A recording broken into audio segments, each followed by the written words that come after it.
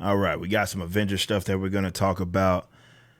So, look, y'all know I'm stoked for the game, and I love the fact that we have like a little community here, in my own community of people that are also not only just stoked for the game, but are just fellow comic book fans. And I think this is a why a lot of us are excited. Not MCU fans. I'm talking guys that are just fans of these books. And we're getting ourselves like a more action combat MMO. Not in the classic sense of maybe creating your own characters, but the characters do have a level of customization, and each individual character is going to be a little different. In terms of my Hulk could be different from your Hulk and all of that, but there's a lot of potential in this game. You've seen my videos, my takeaways from when I played the beta. We played a lot of it on stream, in addition to having all the just initial talks that we had. Played a lot of the game on stream, and there's just more news that's being announced. And I'm not even talking about like the data mine stuff. I'm talking about just really surrounding the meat of this game, is that we haven't really scratched the surface in terms of what the beta is, and that's what the beta is. It's not supposed to be the entire game. I mean, it just gives you a great idea. It is pretty meaty, It gives you a great idea of what the game is going to be about. However, like I mentioned, the story is like that's like a throwaway for these guys that wanted this linear game. I guess they wanted Last of Us 2 with an Avengers skin, instead of more of a multiplayer setting. Sucks to suck. But nonetheless, this game is clearly designed for post main story, initial story, play, and about building your characters and whatnot. But let's talk about this new article that came out that really got me thinking, because it has some interesting things in it. But obviously the title says Marvel's Avengers will be more involved than its beta suggests. And I was reading through it and, mentioning some of these things and what they talked about. They said to expect only a small sample of what shows in the beta, but expect a whole lot more complexity in the character interaction in the full game. Continuing on, it says at first it comes down to your character's customization. Look at this weirdo, by the way. First, it comes down to your character's customization and specialization through their skill trees. We already knew about this. I think in this part they go through the fact that all you really got in the main, like the beta, is that one section, that the primary section, right? And you couldn't even max all of those out. But there's two additional settings in terms of mastery and specialty, I believe is the names of them. And so that's a total of 8 different skill trees, which adjust the type of move that you're going to be doing. And not all of those you can equip at the same time. So you'd have to choose one. And I could imagine certain loadouts and certain things, depending on what kind of team you're in or playing with, is going to it's going to be impacting that, right? So it's going to require, I guess, a little level of more depth. So yeah, and I think it talks about that. It says you'll spec out each character with their skills as well as their gear, and a lot of their gear shown in the beta can debuff enemies that allow for greater synergy between your characters. One example most gave would be the spec Iron Man with rockets that can carry PIM technology. We saw that, making them shrink.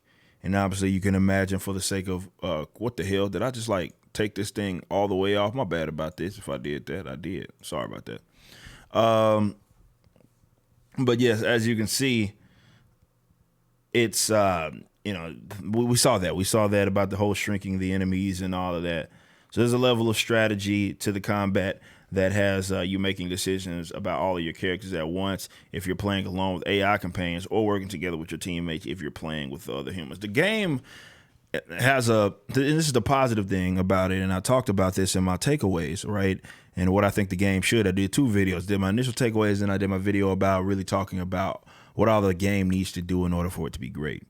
And in that video where I talked about like the teammate element and why that needs to be so important to this game, in my honest opinion. I know there's going to be some people that disagree because they don't have any friends or anybody to play with. But I mean, that's the strength of the game. And, in other RPGs, that's the reality of the situation as well, is that there are going to be certain characters that or certain types of, like, whether it be in your build, in order to have a well-rounded team and completion of the mission, it's not going to make a lot of sense to have the same, like, 4 brute characters or with their abilities. All that should be built into the game's like missions, right? And that you have to take all that into consideration, in addition to, of course, working with your actual team. But you should have to take all that into consideration and make those particular adjustments, because it'll make more of an immersive sort of experience. Nonetheless, continuing on, for us, it is important that you'll be able to spec into pretty much everything. As explained, you'll really be able to hone in all of your possibilities. You're going to unlock all of the possibilities, but once you get those possibilities, it's what you do with them.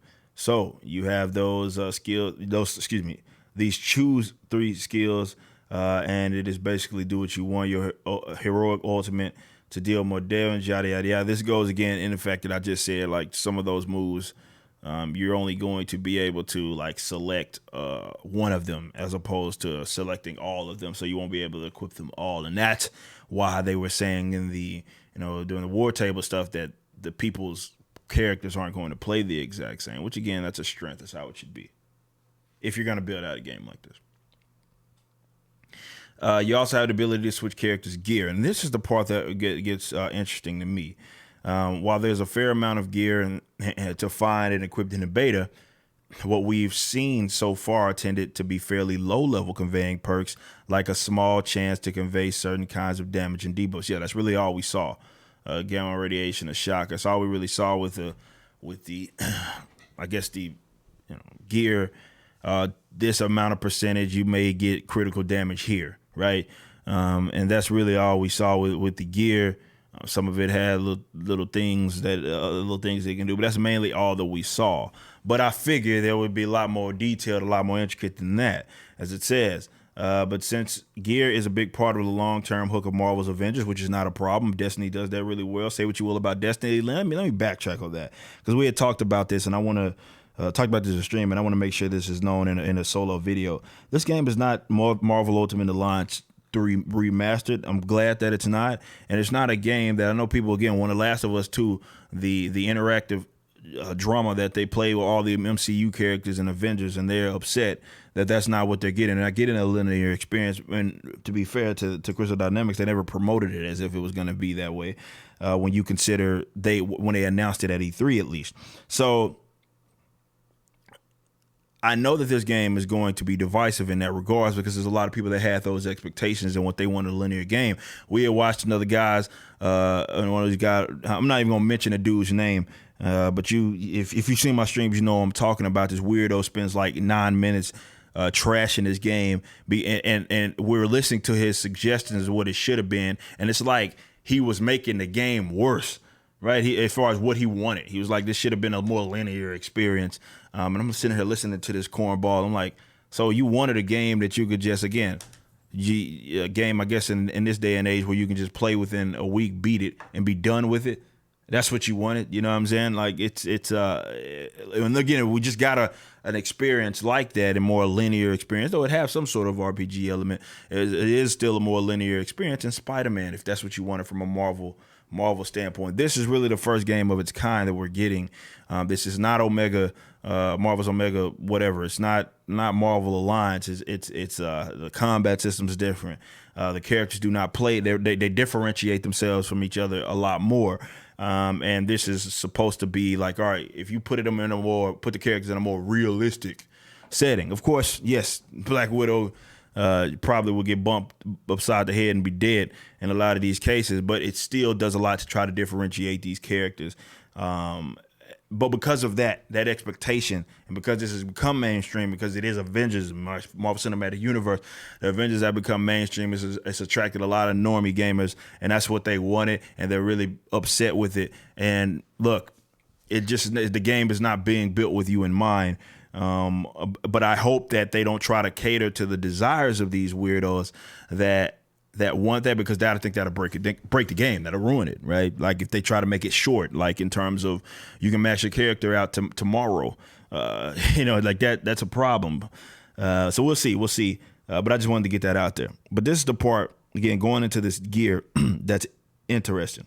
But since the gear is a big part of long-term look at Marvel's Avengers, expect finding better equipment and finding good ways to use it to be a big part of how you create your Avengers team. Amos and Ash said that the gear you find later in the game will start to be more and more specialized as it becomes more and more powerful. So rather than finding gear for Iron Man with the same general perks as gear for Black Widow, you'll start to find gear that has perks specific to Iron Man and specific to Black Widow and how each character plays. I like that. What they're saying is generally, and what you get from the beta is that the gear, although made for that character in terms of that's the gear that you're fighting with Hulk, you're getting gear for Hulk. And you look at the perks, the percentages in terms of like the critical damage and all of that, or what it can do. That in itself is going to become more specialized and more specific to the character that you have, which is going to be unique to them. So yes, they start off on a more general scale, the gear that you're going to be collecting. But once you start getting higher in the power levels, I guess higher in the gear levels, you're going to start getting more specific gear, which I love that.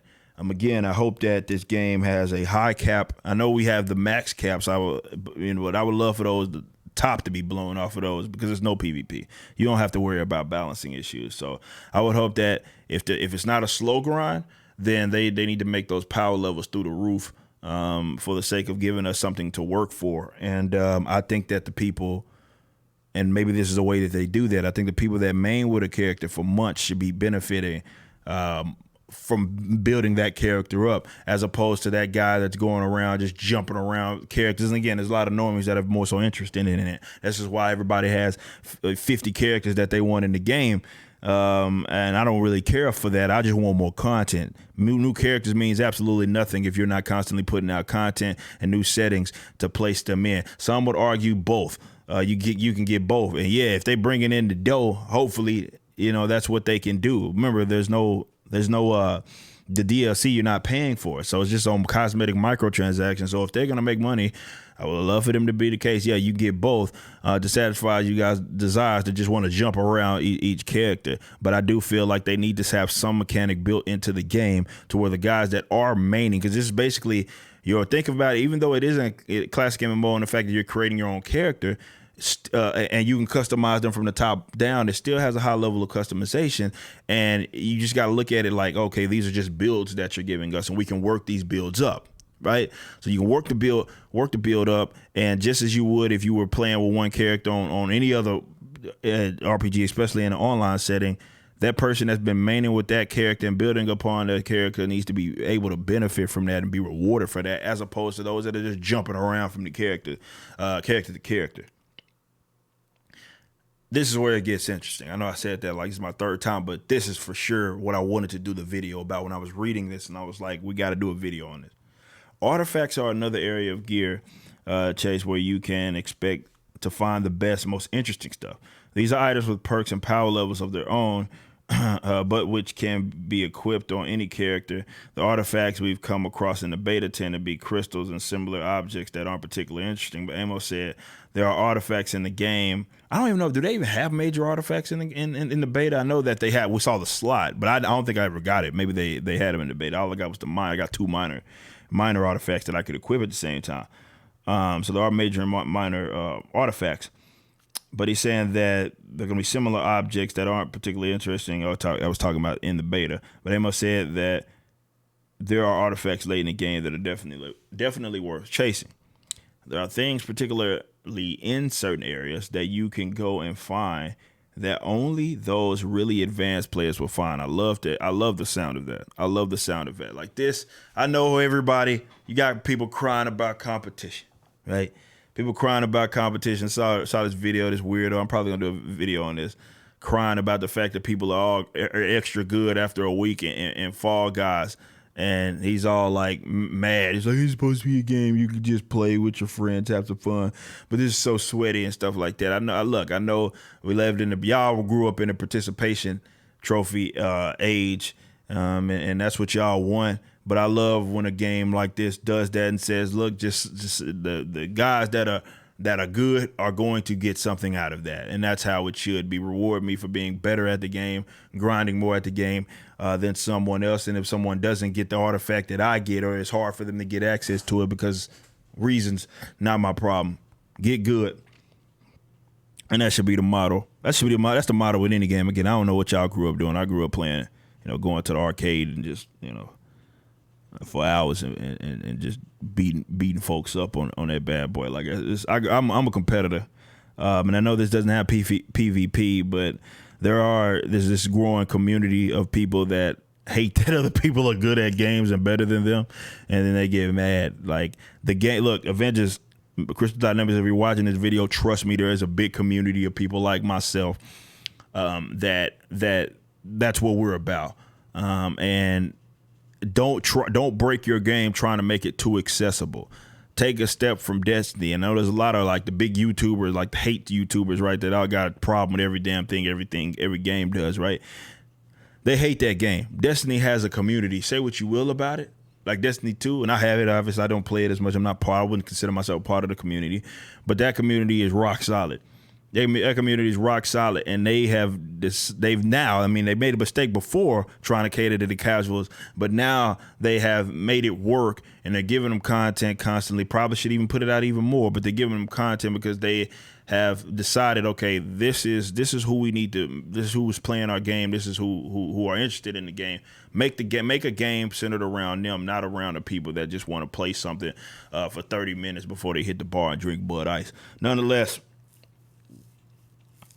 he says, there are things, particularly in certain areas, that you can go and find only those really advanced players will find. Oh, yeah, I just repeated that. You will get things that suddenly, listen to this, you'll see they have a unique name. And they actually have some unique things that they do. Artifacts, referring to actually even have some mythology with them. They have some great references back to the comics. You'll see a name and be like, oh, where does this thing come from? Oh my God. Some of them give you hints of, whoa, if that artifact's in the game, does that mean this story thread might happen down the road? I'm glad that they are thinking in that capacity. They're acknowledging that. Says that's the kind of stuff we love. People who are fans, who want to dig into this, who really want to actually go invest the time. Look, you're speaking my language, man.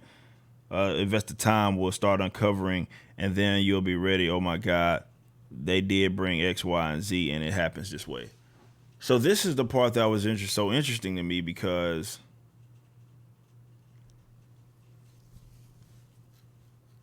you can think about the different kind of like items that are in Marvel's universe. And depending on those characters, maybe even they make those items. I would love to see in a case where they make those items unique to the character, right?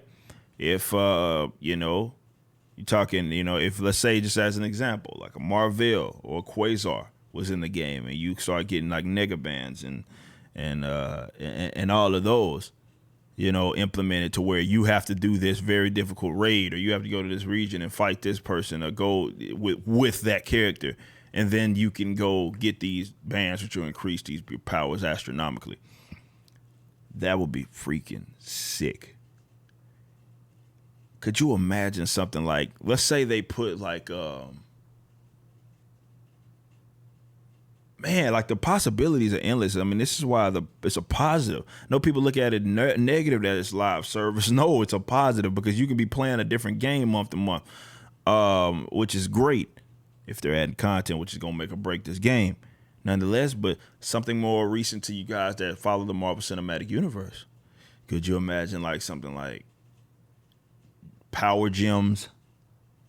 I'm talking gauntlets in the game that only the best of the best are going to be able to unlock. Man, like the artifact element is something that could give us something to strive for, and they need to make some of them so extremely rare that not everybody's getting them. Hell, make it even a limited amount of the community can get it. Like, once we got these laying around, good luck, y'all have to go figure this out. Only the best of the best will get it, and as y'all are beating it, y'all get it. And if after this time period, there ain't no more of those. After this, it's capped. Let's say the amount of people that can get that particular artifact is capped. Dog, there's so much they could do with this game. Let me continue on. Let me finish. There's also a question about Avengers Endgame. What happens after you work through the game story? Which I already knew. The story is the back burner. Believe it or not, I know, again, the guys that want linear gameplay, the story or like a linear game. It's not a linear gameplay, more so linear game, like a game that's okay, start, finish, done. And it just takes you through whatever. Like they gave you that story to appeal to those, but the story is on the back burner. I didn't give them much of the specifics, but did hint there's a lot of potential in-game content that hasn't been revealed yet. Some types of missions have been mentioned, like enemy strongholds and hives and raid-like activities. Of course, we hear that. So he's talking about like the boss layer stuff in the last month's, excuse me, war table. Amos and Ash also mentioned content will roll out post-launch in ways that might be similar to live games such as Destiny 2, which, again, say what you will about Destiny. That's a great thing that Destiny does. Like extends the life, and it's weird, man. I think and this is why a lot of these guys who hate microtransactions so much, which I hate microtransactions when they ruin a competitive game like FIFA, 2K. But I'm not anti microtransaction because I'm not an economic illiterate. A lot of these weirdos think that, okay, well, company makes money, therefore greed, therefore bad.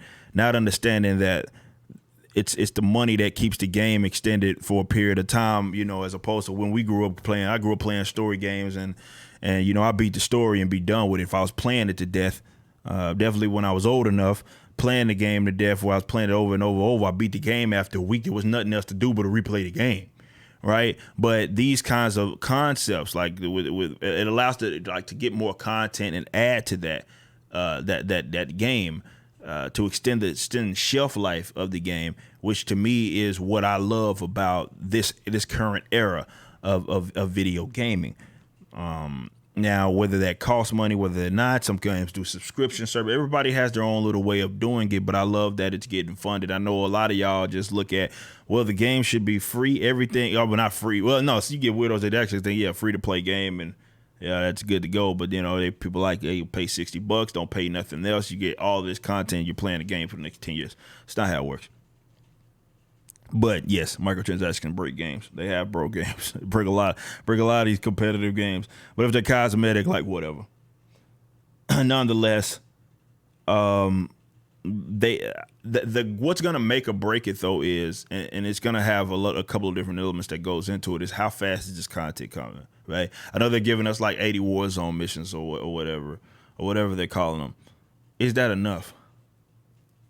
How fast are these like this content? Because that's gonna make or break it. They have to keep in mind. This is what I want the guys over at Crystal Dynamics to have. Your game are the missions, right? So this is why I said they need to be as intricate as possible. They need to be their own little, like, don't worry about the overall story like that they take you through. I'm glad you're putting that on the back burner, but take us through a journey through your missions. There's no open world. That's not as we know now. Granted, it is live service that can change, and I don't know how that exactly would look, but this is not an open world game. You drop into the missions, right? And the missions themselves have their own regions and worlds. So you have to be coming out with that content, because the only thing that we have to do are to play those missions.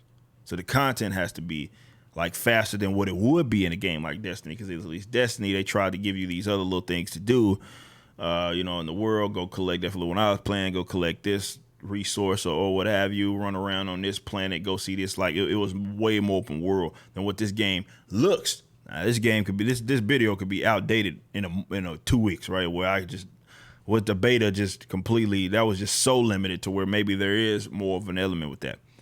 But this game has a lot of potential, and but it's gonna rest upon the content. You got to come out with that content. It's gonna make or break that game, that content, and of course committing to the fact that you have made your game an RPG. You made your game an RPG. It's an RPG at the end of the day.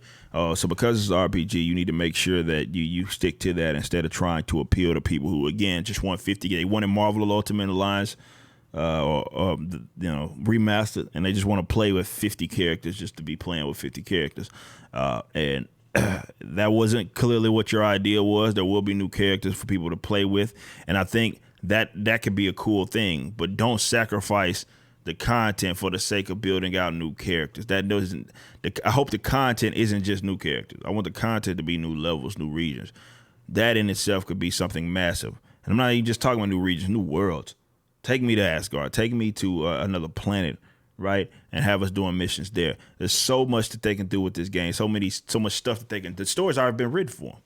Or read a Marvel Encyclopedia, or hopefully they have someone like myself who's a big nerd for this stuff.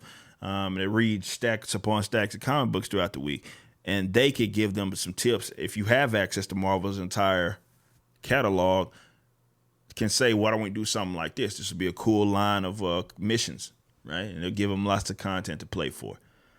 Possibilities are endless, but they got to commit to it. Yeah, talking about stories again. I mean, it's characters. I just don't care about that. But they ended it. Said, so while the Marvel's Avengers beta currently gives us a good look at what playing the game will be like. I don't know why I can't read today. In the early going, there's a lot of complexity and depth, which it should be a lot of complexity. They give you as much as that as you possibly can. Crystal Dynamics intends to help keep the game interesting over the long haul as well. As with all live games, the questions that remain are how well those systems work together to make the game interesting over the long term, and whether the developer can create and support in-game content that keeps players invested. That's the key. And that's going to be the golden question. That's gonna be the golden question, y'all. Like, can they do that? And if they can, it has the chance to have a tight. It's not gonna be a game for everybody. You know, like, you've already probably seen videos of people just trashing this game because it was not their expectation. You had guys like me who this game was exceeded my expectations for as far as the beta. But in order to pull that off, they gotta be putting out content, and hopefully, as far as the leveling up of the characters, that's something that they give us. As far as like extending that, don't have it to where I can max out Hulk in a week. That's going to be a problem, man. We'll see, but I'm excited. I'm excited, and we'll be talking about it more. Of course, we are going to be doing community days. So if you're not a member, please become a member. You can go to my homepage on YouTube and click the join button. For a little as 99 cents, you can become a member. And once you do that, go join the Discord. I'll put that in the link in the description. And once you become a member, you join the Discord. What you'll be able to do is holler at us. You know what I'm saying? And we'll be doing community days. Me and my mods will be playing with you guys. I'll kind of set those out as the game comes out, and just depending on how much content this game gives us, will tell us, I'll maybe get a regular schedule every Wednesday or something like that. We'll be doing community days, and I'll be playing with you guys, in addition to just playing it regularly on stream. So we'll see you guys then. Hope you enjoyed this video. Till next time, y'all be easy. Peace out.